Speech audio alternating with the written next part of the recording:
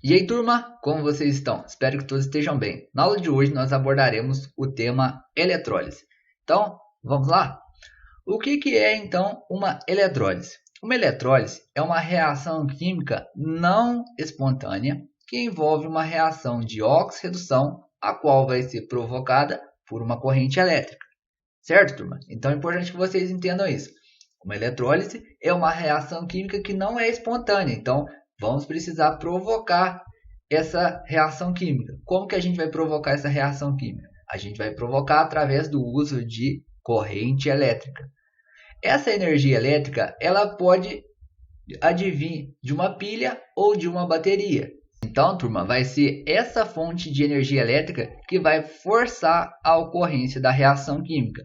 Se não tiver energia elétrica, não ocorre eletrólise, porque a eletrólise é uma reação química que não ocorre de maneira espontânea, certinho? E outra coisa importante que a gente precisa estar falando ainda sobre eletrólise é que a corrente elétrica fornecida pela pilha, pela bateria, ela precisa ser contínua e precisa ter ainda uma voltagem suficiente para provocar a oxirredução no nosso sistema. Agora, turma, falando sobre os princípios da eletrólise. Como eu já disse, essas reações elas são de oxirredução. Então, também vai acontecer semi-reação de oxidação e semi-reação de redução. Também aqui na eletrólise vai ter eletrodo positivo e eletrodo negativo. Mas quem que vai definir quem que é o eletrodo positivo e quem que é o eletrodo negativo? Vão ser os materiais que compõem o eletrodo? Não, turma. Na eletrólise, quem vai definir quem é o eletrodo positivo, quem que é o eletrodo negativo, vai ser o gerador de corrente elétrica. O gerador de corrente elétrica ele vai ter um polo positivo e um polo negativo. Quando a gente conectar o eletrodo ao polo positivo do nosso gerador, esse eletrodo então ele vai ser automaticamente o eletrodo positivo lá na célula eletroquímica, tá certo? E, consequentemente, quando a gente conectar o eletrodo negativo lá no nosso gerador de corrente, ele vai ser automaticamente o eletrodo negativo da nossa célula eletroquímica. Prestem bastante atenção nisso, turma. Na eletrólise, a gente não utiliza mais aqueles potenciais de redução, tá certo? Então, quem vai definir quem é o polo positivo, quem que é o polo negativo lá na nossa célula eletroquímica vai ser o gerador de corrente elétrica, certinho? Então, ó, o eletrodo onde tiver ocorrendo a reação de oxidação, ele vai ser chamado o ânodo, tá certo, turma? Então, onde estiver ocorrendo a reação de oxidação, ali é o ânodo na nossa célula eletroquímica. E ele vai ser automaticamente o polo positivo, que vai estar conectado ao gerador, tá certo? Ao polo positivo do gerador, importante falar isso. Já o eletrodo onde estiver ocorrendo a redução, ele vai ser chamado de cátodo, tá certo? E ele vai ser automaticamente o polo negativo da nossa célula eletroquímica, que vai estar conectado ao polo negativo do nosso gerador. Então, no eletrodo positivo ocorre a oxidação e esse eletrodo é o ânodo lá da nossa célula eletroquímica, certo? Enquanto o eletrodo negativo vai ser onde vai estar ocorrendo a redução.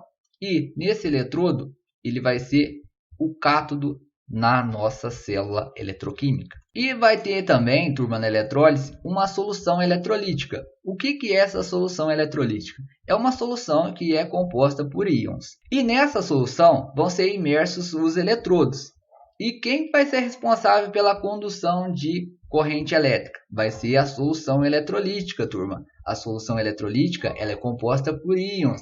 Por ser composta por íons, ela é capaz então de estar conduzindo corrente elétrica. Uma coisa interessante da gente estar falando sobre essa solução eletrolítica é que ela pode ser gerada através da fusão de uma substância iônica, ou seja, a gente pode pegar uma substância iônica e passar ela para o estado líquido, tá certo? Então, vai ter ali uma solução eletrolítica, uma solução que contém íons. Outra forma da gente ter uma solução eletrolítica é através da dissociação ou da ionização de substâncias em meio aquoso. Tanto a dissociação quanto a ionização, elas geram íons no meio aquoso, tá certo, turma? Então, por formar íons em meio aquoso, elas formam então uma solução eletrolítica. Lembre-se sempre que a dissociação ocorre em compostos iônicos, enquanto a ionização ela ocorre em compostos moleculares. E outra coisa que a gente precisa estar destacando é que na eletrólise existem eletrodos inertes e eletrodos ativos. Os eletrodos inertes, eles são aqueles eletrodos que não participam efetivamente das reações. Já os eletrodos ativos, eles são o contrário dos eletrodos inertes. Eles vão ser aqueles eletrodos que vão participar ativamente do processo de eletrólise. Uai, professor, como assim? Nos eletrodos inertes, turma, o que acontece? Esses eletrodos eles vão servir como polos positivos e negativos lá na nossa célula eletroquímica. Porém, eles não vão sofrer nenhum desgaste. Já os eletrodos ativos, eles vão sofrer desgaste. Por que eles vão sofrer desgaste? Porque eles vão estar participando ativamente da eletrólise. Então, ao sofrer, por exemplo, a oxidação, vai ter ali um desgaste no eletrodo. Porque como a gente viu lá na pilha de Daniel, quando o eletrodo ele sofre a oxidação, os metais que estão no eletrodo, eles vão para a solução. Então, o eletrodo ele vai se desgastando com o passar do tempo. E outra coisa para a gente finalizar sobre os princípios básicos da eletrólise é que o recipiente onde estão imersos os eletrodos com a solução eletrolítica pode ser chamado de célula eletrolítica ou cuba eletrolítica. Então vamos entender como que ocorre a eletrólise. Então nós já vimos que os eletrodos eles são imersos em uma solução eletrolítica. Essa solução eletrolítica ela é composta por íons, tá certo? E uma coisa interessante na eletrólise, a eletrólise ela vai precisar de alguém que gere corrente elétrica. Então aqui pode ser uma pilha, uma bateria ou qualquer coisa que gere uma corrente elétrica, certo? E quem que define quem que é o eletrodo positivo e o eletrodo negativo da nossa eletrólise?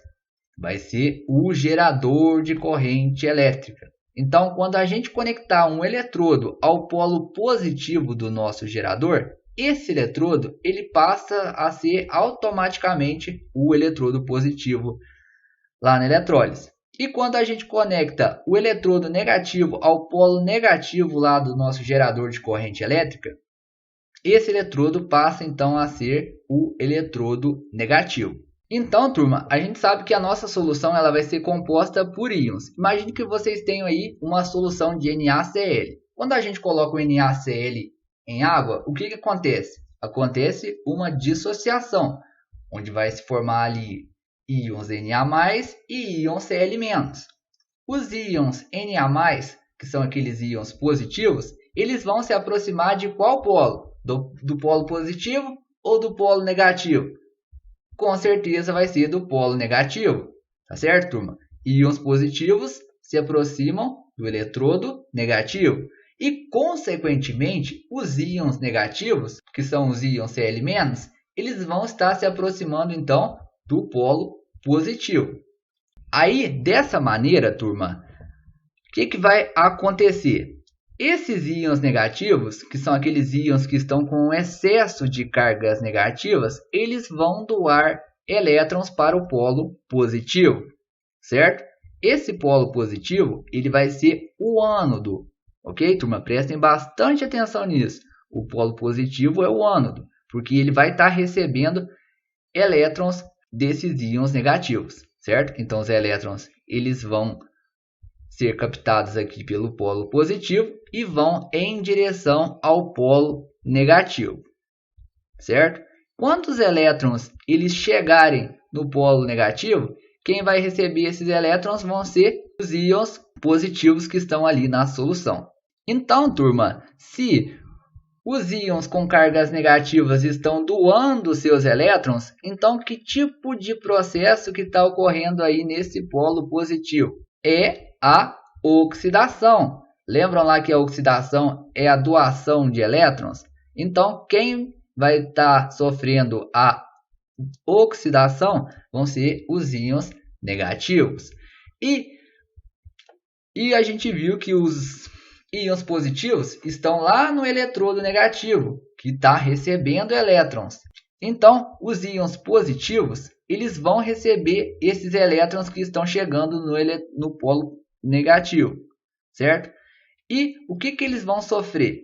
Se eles estão recebendo elétrons, eles vão estar, então, sofrendo a redução, tá certo, turma? Então, ó, no polo positivo vai estar ocorrendo ali a oxidação e no polo negativo vai estar ocorrendo a redução. Então, entenderam, turma? Quem define o polo positivo e o polo negativo é o gerador de corrente. E, consequentemente, ao definir quem é o polo positivo e quem é o polo negativo, a gente vai conseguir definir onde vão ficar os íons positivos e os íons negativos. Os íons positivos, eles vão ficar próximos ao polo negativo e os íons negativos vão ficar próximos ao polo positivo. Então, turma, o que acontece? Acontece que os íons negativos, que são os ânions, eles vão doar seus elétrons aqui para o eletrodo positivo, certo? E esses elétrons, eles vão direto para o polo negativo, certo? E ao chegar no polo negativo, esses elétrons vão ser recebidos pelos íons positivos que estão lá na solução, que são os cátions, certo? Então, os cátions recebem os elétrons e sofrem a redução. Então, ó, os ânions sofrem a oxidação, enquanto os cátions sofrem a redução. Entenderam, turma? Parece algo complexo, mas se vocês prestarem bastante atenção, não tem nada de difícil. É até bastante simples. Agora vamos falar sobre os tipos de eletrólise. A eletrólise, turma, ela pode estar acontecendo de dois tipos. A eletrólise ígnea ou a eletrólise aquosa. Qual que é a diferença entre as duas? Vai ser como vai ser formada essa solução eletrolítica. A solução eletrolítica, no caso da eletrólise ígnea, ela vai ser formada devido à fusão de substâncias iônicas. Então, ao passar uma substância do estado sólido para o estado líquido, vai se formar ali uma solução eletrolítica. Então, quando a gente estiver utilizando essa solução de um composto iônico no estado líquido, a gente vai ter então uma eletrólise ígnea. Porém, turma, é complicado trabalhar com eletrólise ígnea. É complicado no sentido de que para passar um composto iônico para o estado líquido, a gente precisa de altas temperaturas, porque o ponto de fusão de compostos iônicos são elevados. E quanto à eletrólise aquosa? A eletrólise aquosa vai ser uma solução aquosa com íons dissolvidos.